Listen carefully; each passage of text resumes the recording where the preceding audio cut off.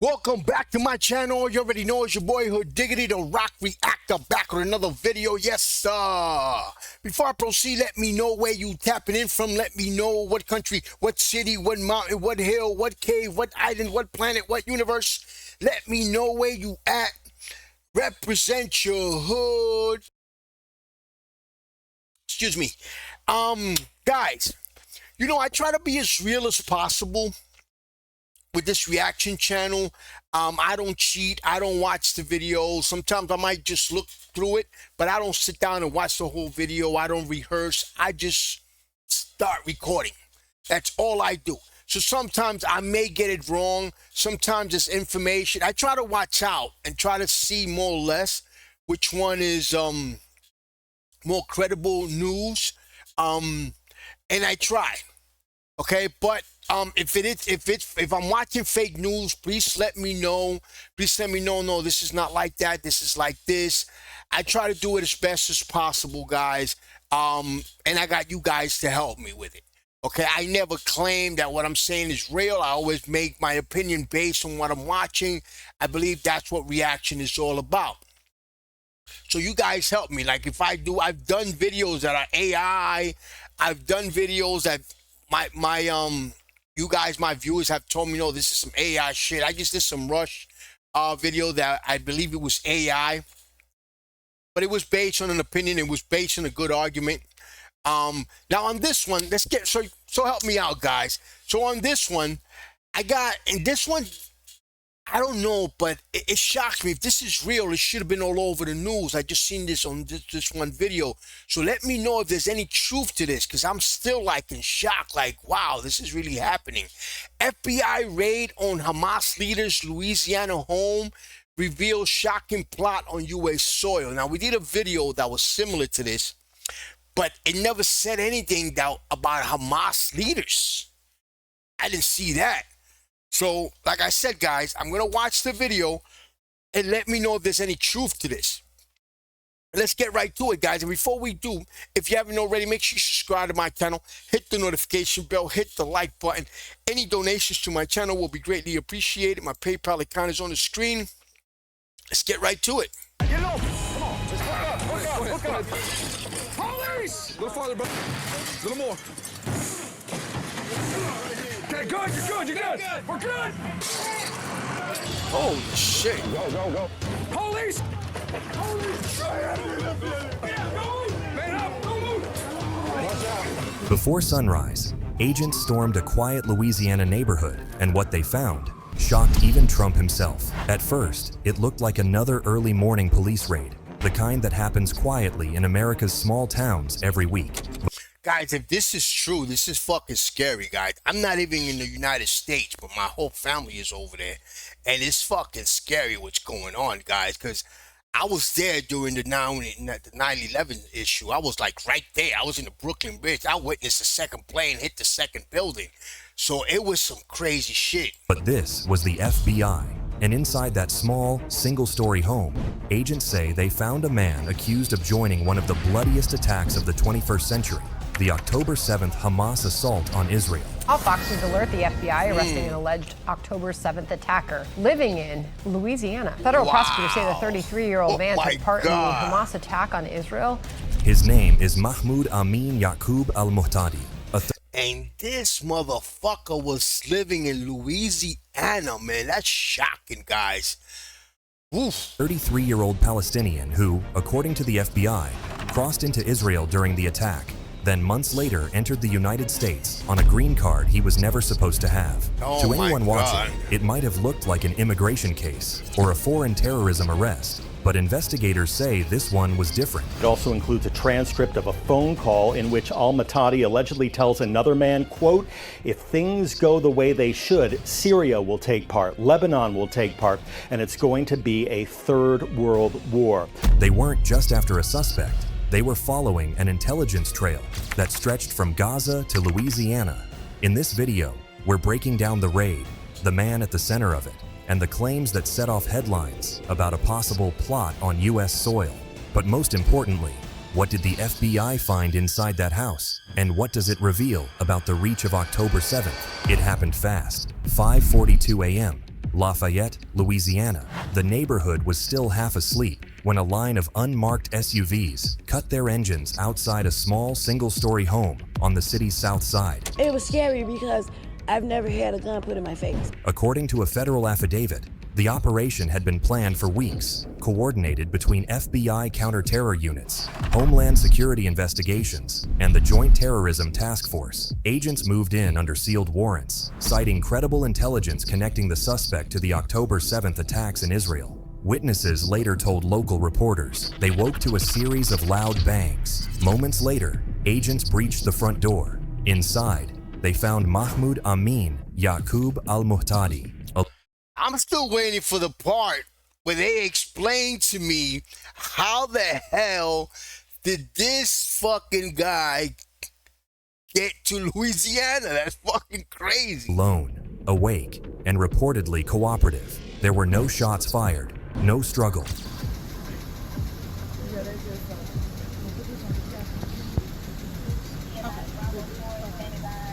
By sunrise, neighbors stood behind police tape as federal agents carried sealed boxes and evidence bags from the property, electronics, documents, and a laptop wrapped in anti-static film. in and out of the house.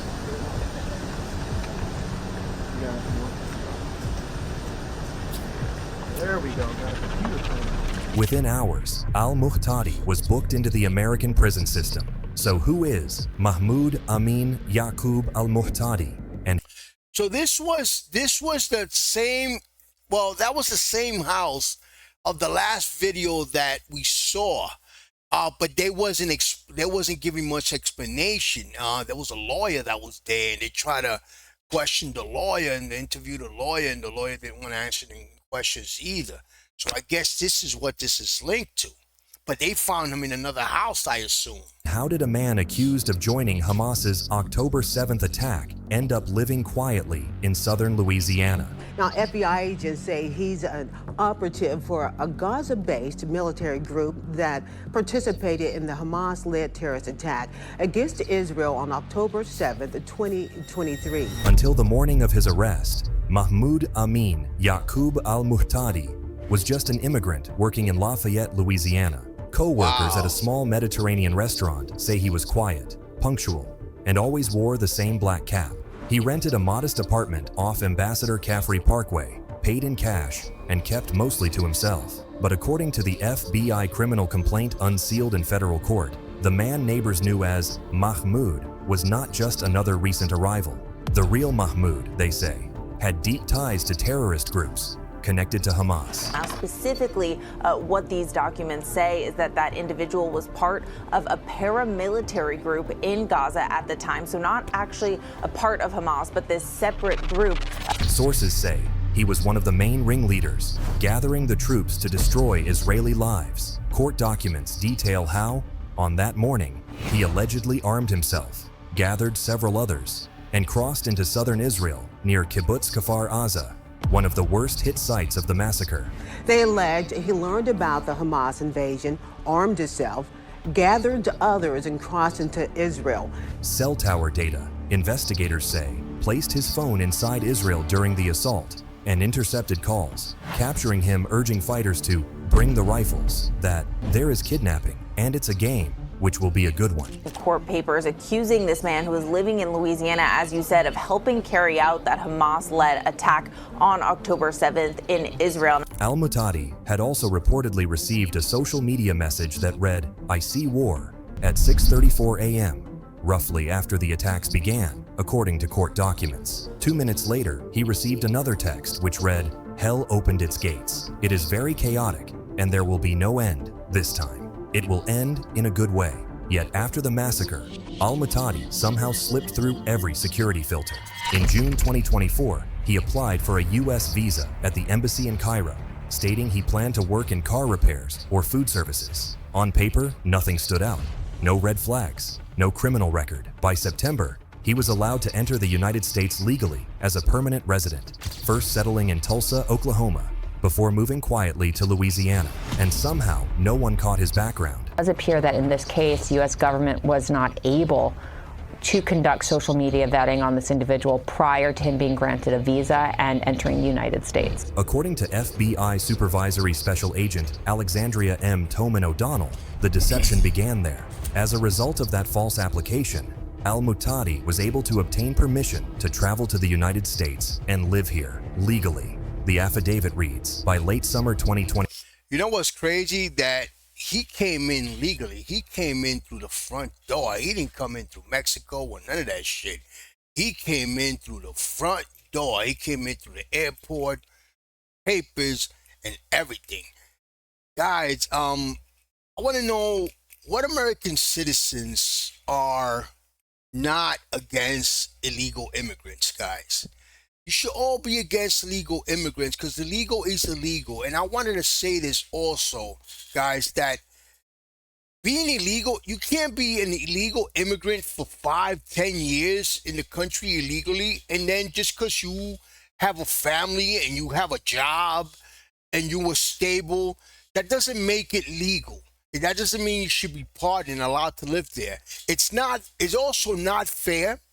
There's people in my country now that have been waiting 5, 6, 7, 10 years for their papers to come in so they could go into the United States legally, spending a lot of money. There are broken families because you got a wife here with the kids and you got a husband over there in the States working hard, not being able to be with his family, working hard to bring his family to the United States legally. Do you think that's fair? Do you think that's fair for somebody to just walk in through the Mexican border and then that's it? Once he's caught, he gets slapped in the wrist and allowed to stay there just because he got a family and he's working and you're breaking up families? No, it's not fair. You can't go out committing the crimes. You think if you catch a serial killer 5 years later and that serial killer is now a priest after he killed this, should he be pardoned because he's a good guy now? No, I don't think so. Agents say they had already been watching him. And an FBI task force based here in New Orleans is credited with tracking down al-Muhtadi. A task force monitoring suspects connected to the October 7th kidnappings flagged his online activity. Old photos showing him in military fatigues with the red headband of the NRB and encrypted messages referencing the brothers in Rafah. To those around him, al-Muhtadi appeared unremarkable, but to the Justice Department, he was a man who had helped coordinate fighters in a foreign terrorist operation, then lied his way onto American soil. Louisiana Governor Jeff Landry posted more bluntly on X, "Justice will be served." Perhaps this is Louisiana lockup's newest resident. But beneath the political noise, another question persisted. How did federal intelligence finally trace him here? And what were they looking for inside that house? The trail that led the FBI to al-Muhtadi didn't start in Louisiana. It began with a data flag, a routine keyword alert inside the FBI's Counterterrorism Data Fusion Center in Quantico. Sources familiar with the investigation say that sometime in mid-2025, an encrypted messaging account linked to Gaza began showing activity in the southern United States. The messages referenced preparations and safe brothers abroad. At first, analysts thought it was just noise, leftover chatter from the 2023 conflict. But when the geolocation pinged repeatedly near Lafayette, they opened a new file. According to FBI Supervisory Special Agent, the task force cross-referenced the messages with travel and visa records. That's when they discovered a green card holder who had entered through Cairo months after the October 7th attack, using nearly identical personal data to an NRB-linked operative who appeared on an Israeli watch list. What followed was quiet, methodical surveillance. And an FBI task force based here in New Orleans is credited with tracking down al-Muhtadi. Agents tracked his digital footprint, Telegram accounts, a Gmail login tied to a Gaza-based domain, and a small cryptocurrency wallet that sent irregular transfers to an exchange flagged for terror finance monitoring. They didn't move immediately. Instead, they built a map where he shopped, who he called, which mosques or cafes he visited. An unsealed portion of the affidavit describes multiple meetings between al-Muhtadi and an undercover FBI asset between July and September. During one of those encounters, according to court filings, al-Muhtadi allegedly dismissed warnings that he was under watch. He said he could post whatever he wanted, even pictures of Hamas leaders. I'm listening to this and I'm just thinking damn, if they wouldn't have caught this guy, can you imagine what he could have done, the damage he could have done? Or what was the plot? They still haven't explained what was the plot. What was his end game? What was he planning to do? And he'd be safe, reads one FBI summary. By late September, agents had enough probable cause for a full search warrant. They coordinated the arrest with federal prosecutors, Louisiana State Police, and the Joint Terrorism Task Force. The warrant listed 3 targets: digital storage devices, foreign currency, and documents or notes referencing future actions on U.S. soil. That final line would become the heartbeat of the raid, the one that would later fuel headlines about a shocking plot uncovered in a Louisiana home. Because whatever the FBI expected to find, the contents of that house would tell a far more complicated story.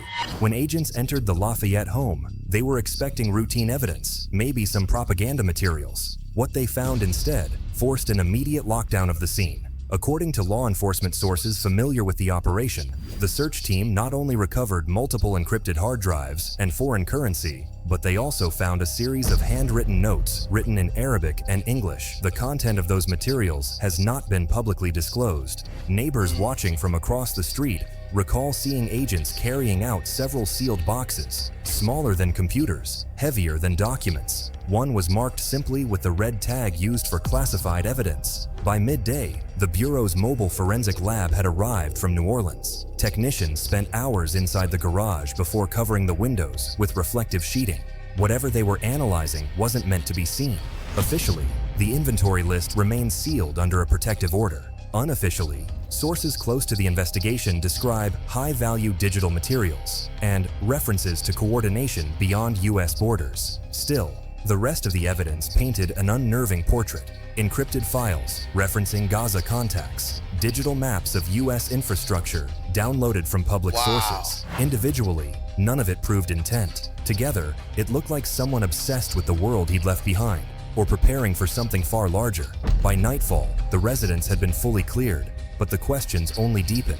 Why was a man accused of fighting in one of the most brutal attacks of the century living quietly in Louisiana? And what exactly inside that house required federal agents to seal the evidence? Whatever was found, it was enough to elevate the case from immigration fraud to counterterrorism, and enough to ensure that, for now, the details stay buried behind black ink and federal silence. Within hours of the raid, the silence became its own message. The FBI refused to release photographs from inside the house. The Justice Department confirmed an arrest, but declined to list the evidence. In fact, every question asked about the case was met with the same phrase: ongoing national security investigation. As for my ongoing investigation, there's not much I can say.